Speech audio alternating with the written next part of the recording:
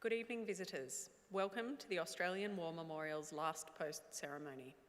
My name is Holly Pritchard, and joining us today from the Royal Australian Air Force is Sergeant Adam Hanley. We warmly welcome the family of Private Henry John Thomas Clarke, whose story will be told shortly. We welcome the veterans who have served, those that are still serving, and the families that love and support them. The live stream of this ceremony is made possible by the Returned and Services League of Australia and the RSL and Services Clubs Association. We welcome members who are watching the broadcast of this ceremony across Australia. During this evening's ceremony, wreaths will be laid at the base of the Pool of Reflection by family, visitors to the memorial, and students on behalf of the Australian Islamic College of Sydney visiting from Mount Druitt, New South Wales. If you are able, please stand and join in singing the national anthem.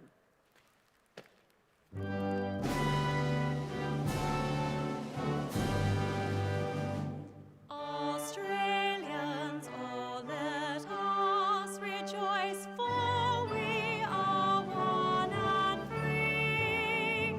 We've golden soil and wealth for toil, our home is got by sea.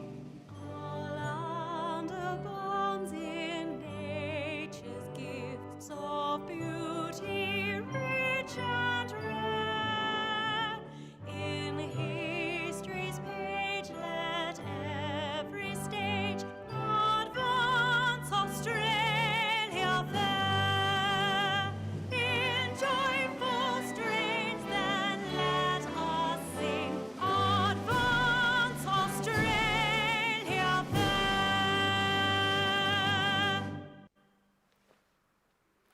Students, please be seated. The Australian War Memorial was the vision of Charles Bean, Australia's First World War official historian. Bean landed with the Australian troops on Gallipoli and stayed with them at the front through to the end of the war. The idea of this national memorial and museum came to him at Pozières, France, in the depths of the bloody fighting of 1916. Bean's idea was that this would be a place where families and friends could mourn loved ones buried in faraway places.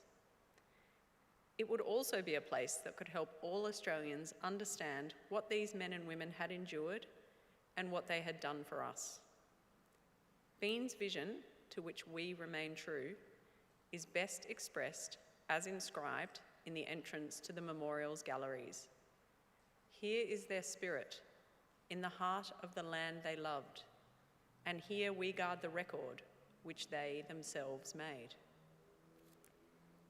Tonight, we will read the story behind just one of those on the Roll of Honour, which lists the names of more than 103,000 men and women who have given their lives for us in war and on operations for more than a century. But first, we present a lament, Flowers of the Forest.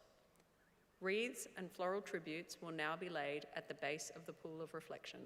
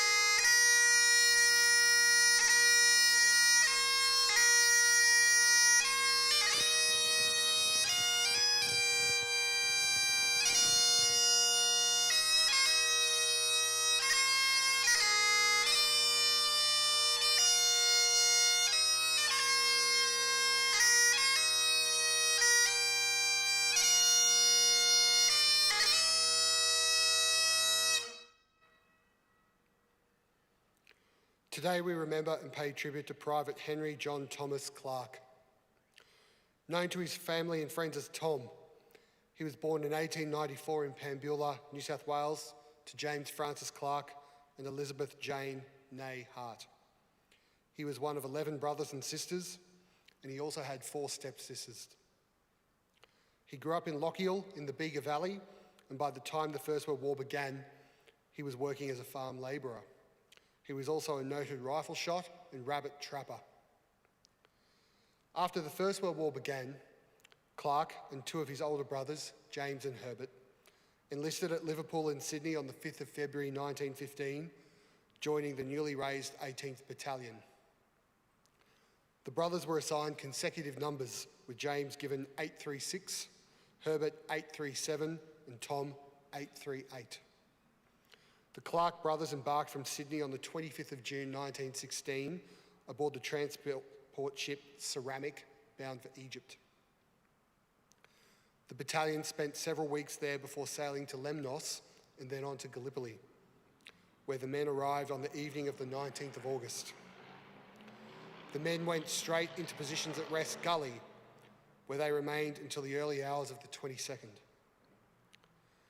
In the pre-dawn darkness, the 18th Battalion made its way to the trenches below Hill 60.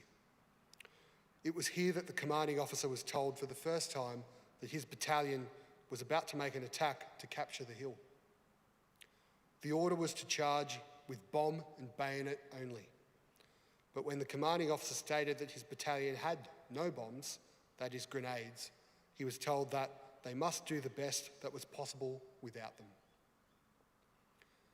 An initial assault by British and New Zealand troops the day before had ended largely in failure, though the redoubtable New Zealanders had managed to hang on to a small section of captured trench. The men still had no idea that they were going to make an attack, thinking as they went forward that they were only going to man the frontline trenches. The feeling of the men when confronted with what they were about to do can only be guessed at. The attack began at around 5 a.m, and as each company went forward, the Turkish rifle and machine gun fire got heavier. The attack ended in failure, and the survivors of the 18th Battalion were soon forced to retire from the Turkish trenches.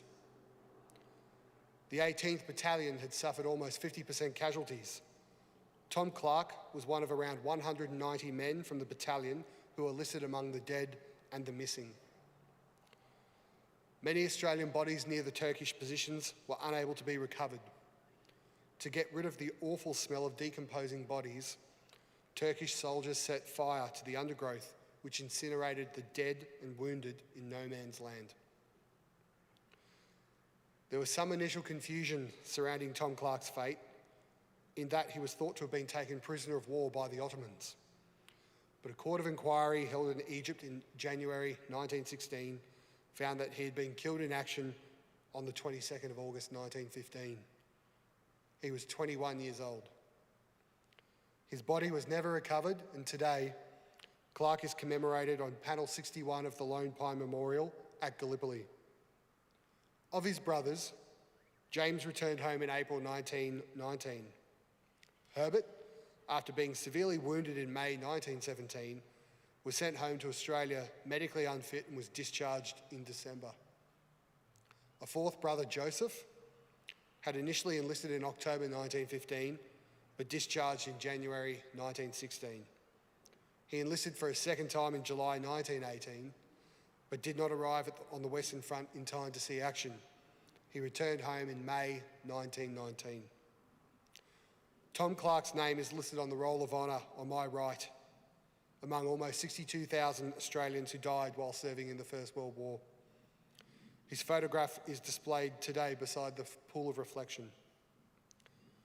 This is but one of many stories of service and sacrifice told here at the Australian War Memorial. We now remember Private Henry John Thomas Clarke, who gave his life for us, for our freedoms, and in the hope of a better world.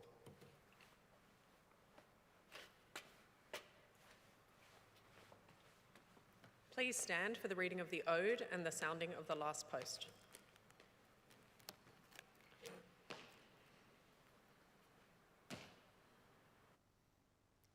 They shall not grow old as we that are left grow old. Age shall not weary them, nor the years condemn.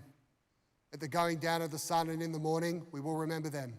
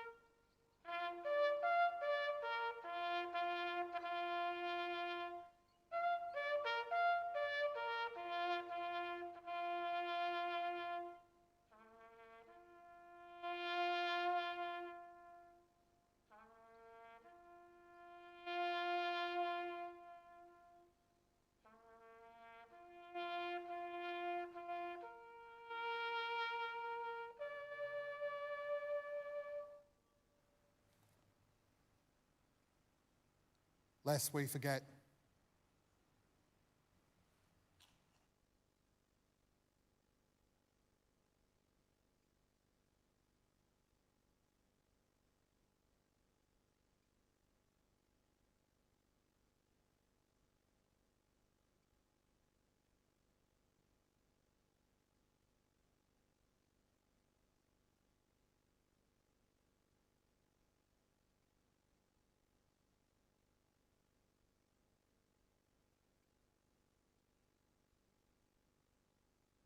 With the words of the memorial's founder, Charles Bean.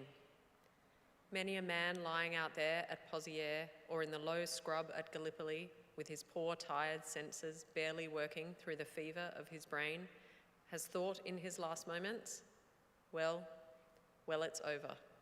But in Australia, they will be proud of this. Ladies and gentlemen, girls and boys, that concludes the last post ceremony.